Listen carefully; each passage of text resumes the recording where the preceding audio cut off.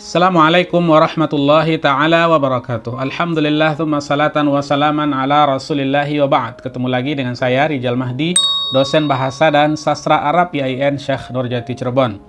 Pada kesempatan kali ini kita akan melanjutkan mata kuliah kita At-Tarjamah At-Tatbiqiyah dengan tema menerjemahkan ad-dhamair atau menerjemahkan kata ganti ke dalam bahasa Indonesia. Ada beberapa kunci dan hal-hal teknis yang perlu kita fahami ketika kita menerjemahkan ad-dhamair atau kata ganti ke dalam bahasa Indonesia, dari bahasa Arab ke dalam bahasa Indonesia. Yang pertama adalah di dalam bahasa Indonesia, dhamir itu kembali pada manusia, ya, itu sangat terbatas, ya, kembali kepada manusia. Sedangkan di dalam bahasa Arab, ad-dhamair itu bisa kembali kepada manusia, bisa kembali kepada hewan, bisa kembali kepada benda, dan hal-hal yang abstrak, ya. Ini hal yang perlu kita fahami sejak awal.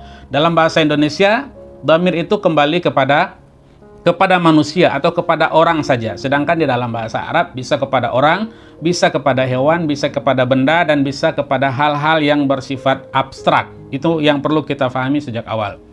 Oke, caranya berarti solusinya ketika kita ingin menerjemahkan kata ganti atau dhamir di dalam bahasa Arab ke dalam bahasa Indonesia, solusinya adalah penerjemah harus menyesuaikan hasil terjemahan dengan cara mengganti kata ganti atau dhamir itu dengan penanda yang sesuai, ya. Jadi kita ganti kata dhamir itu dengan penanda yang sesuai. Ya, bertujuan untuk sesuatu yang digunakan untuk memberi tanda, ya, memberi tanda atau petunjuk, ya, dan sifat khusus satuan kebahasaan yang menunjukkan kelas atau fungsinya.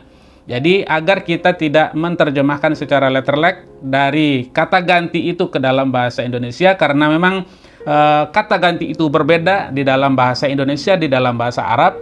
Makanya kita harus mengganti atau dengan memberikan penanda yang sesuai, ya, penanda yang sesuai. Sesuatu yang digunakan untuk memberi tanda atau petunjuk atau sifat khusus satuan kebahasaan yang menunjukkan kelas atau fungsinya. Oke, kita coba terjemahkan contoh kalimat berikut ini. Az-zina haramun li'annahu yufsidun nasab. Az-zina haramun li'annahu yufsidu an-nasab, ya. Oke, yang akan kita terjemahkan di sini adalah dhamir hu, ya, yang ada li'annahu, ya. Hu itu kembali kepada zina itu, ya. Oke, kita fahami di dalam bahasa Arab dhamir itu kembali kepada hal-hal yang hal abstrak atau bisa juga terkait dengan manusia atau hewan atau yang lain. Sedangkan di dalam bahasa Indonesia hanya kepada orang saja. Kalau kita terjemahkan, ya, zina itu haram. Zina itu haram karena ia atau dia merusak keturunan, ya.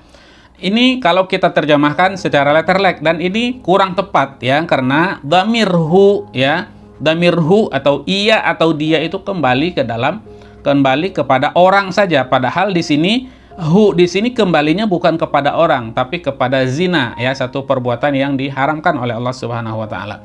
Az-zina haramun li'annahu yufsidu an-nasab, ya. Zina itu haram karena ia atau dia merusak keturunan, ya, itu kurang tepat.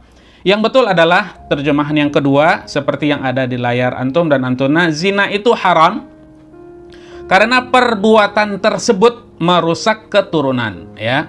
Zina itu haram karena perbuatan tersebut merusak keturunan, ya. Jadi hu itu kita cari, ya, atau kita ganti dengan penanda yang sesuai, ya. Karena ini merujuk kepada hal yang bukan kepada orang, ya, bukan kepada hewan, tapi hal yang abstrak, ya. Perbuatan tersebut, ya. Jadi perbuatan tersebut itu mewakili dhamir atau kata ganti atau kata kerja yang ada di li'annahu, ya. Az-zina haramun li'annahu yufsidu an-nasab.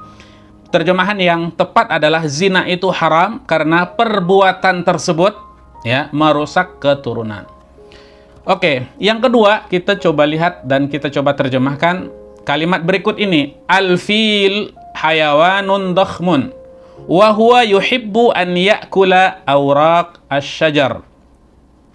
Oke, di dalam bahasa Indonesia, ya, huwa atau dhamir ya yang ada di dalam al-fil hayawanun dakhmun wa huwa yuhibbu an ya'kula awraq asy-syajar. Huwa di situ kembalinya kalau di dalam bahasa Indonesia kalau kita terjemahkan dia atau ia itu harus kembali kepada orang.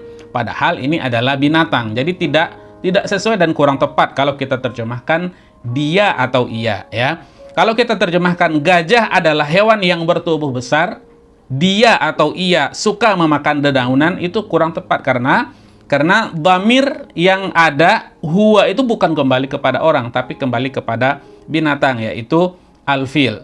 Jadi terjemahan yang tepat adalah ya kita bakukan dan kita kembalikan ke dalam isim zahirnya saja ya. Gajah adalah hewan yang bertubuh besar, gajah suka memakan dedaunan ya. Wa huwa itu yaitu gajah itu. Jadi kita langsung saja terjemahkan bahwa wahwa gajah suka memakan dedaunan.